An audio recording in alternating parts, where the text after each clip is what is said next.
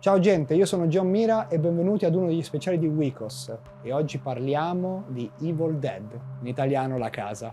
Per un amante dell'horror questo titolo è obbligatorio, se poi vi piace o non vi piace quello è un problema vostro, però onestamente è obbligo visionare questo film. Come è nato?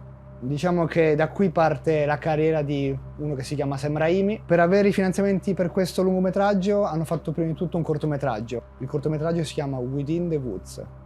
Hanno avuto i finanziamenti per fare questo film, infatti nel cortometraggio recita Bruce Campbell, che poi è protagonista di tutta la saga, tolto il remake. Il film è del 1981, è un cult, oltre il cult, è già stato detto tutto su questo progetto. Trovate 2000 documentari e altro, soprattutto io vi consiglio la versione Blu-ray comunque perché è piena zeppa di backstage. Ma la cosa che sottolineo soprattutto vedendo questo film è la passione con cui è stato fatto, l'amore totale per il cinema, per il genere horror.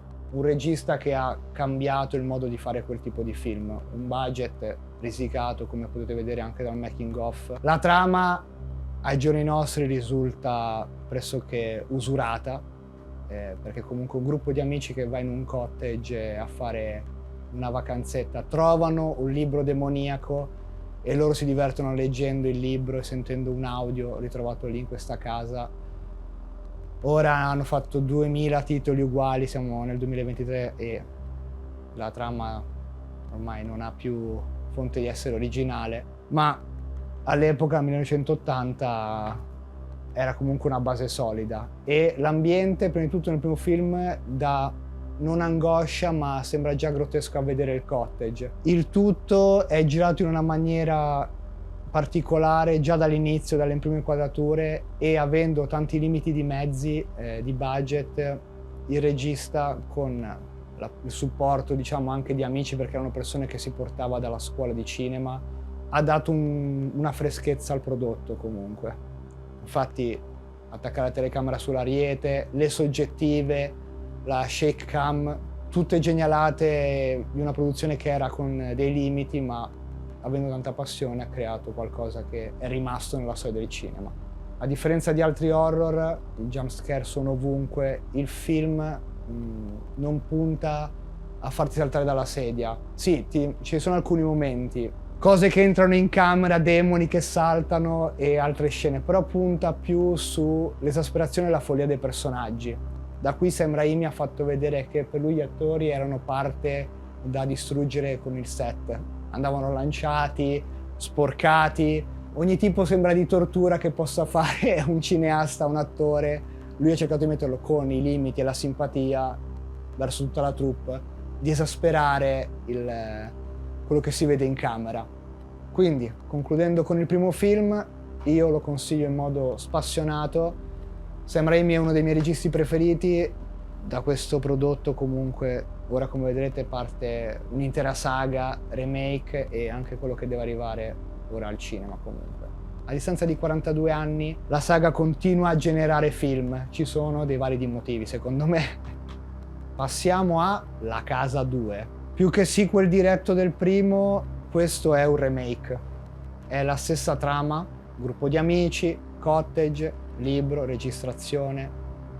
Quello non cambia niente, però ha cambiato una cosa, il budget, perché ha rifatto lo stesso film in modo ancora più folle e senza freni. C'è sempre il buon Ash, che era nel primo film, Ash Williams, però nel primo film era un personaggio molto più normale, non era ancora folle come sarà in questo prodotto. La Casa 2 ha le stesse tematiche del primo, però è molto più veloce. Quello che nel primo film parte e va avanti con ritmi diciamo un po' più tranquilli fino ad arrivare ai momenti anche lì brutali, nel secondo va a 1000 sparato, già la prima mezz'ora succede di tutto. Il primo film, come ho consigliato prima, è un horror. Seppur ci sono i momenti in cui si può sorridere, è un horror.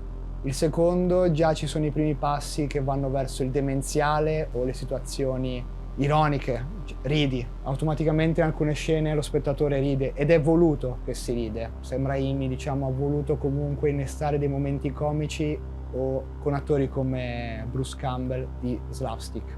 E vedere quelle scene fa ancora ridere oggi. è comunque una follia quello che vedete come sono trattati gli attori in quel film, il che fa tutto con estremo amore. Lo splatter è un po' più contenuto, nel primo invece voleva rendere disgusto, in questo vuole rendere spettacolo. Come dicevo ad alcuni questo tono è piaciuto, ad altri non tanto, per alcuni soltanto il primo è The Evil Dead, la casa. Questo è una base poi per quello che seguirà, che è collegato al sequel direttamente. La casa 2 lo consiglio assolutamente, anche però di vederlo con un occhio diverso, più una serata divertente ma spettacolare. Con il finale della casa 2 totalmente aperto arriviamo alla chiusura della trilogia cinematografica di Sam Raimi, L'Armata delle Tenebre. Questo fra tutti e tre è il titolo più grottesco e più da ridere dell'intera saga. Viaggio nel tempo, medioevo, demoni. La follia che c'era nel 2 qui invece è trasportata proprio su scene totalmente grottesche, demoni che fanno le capriole.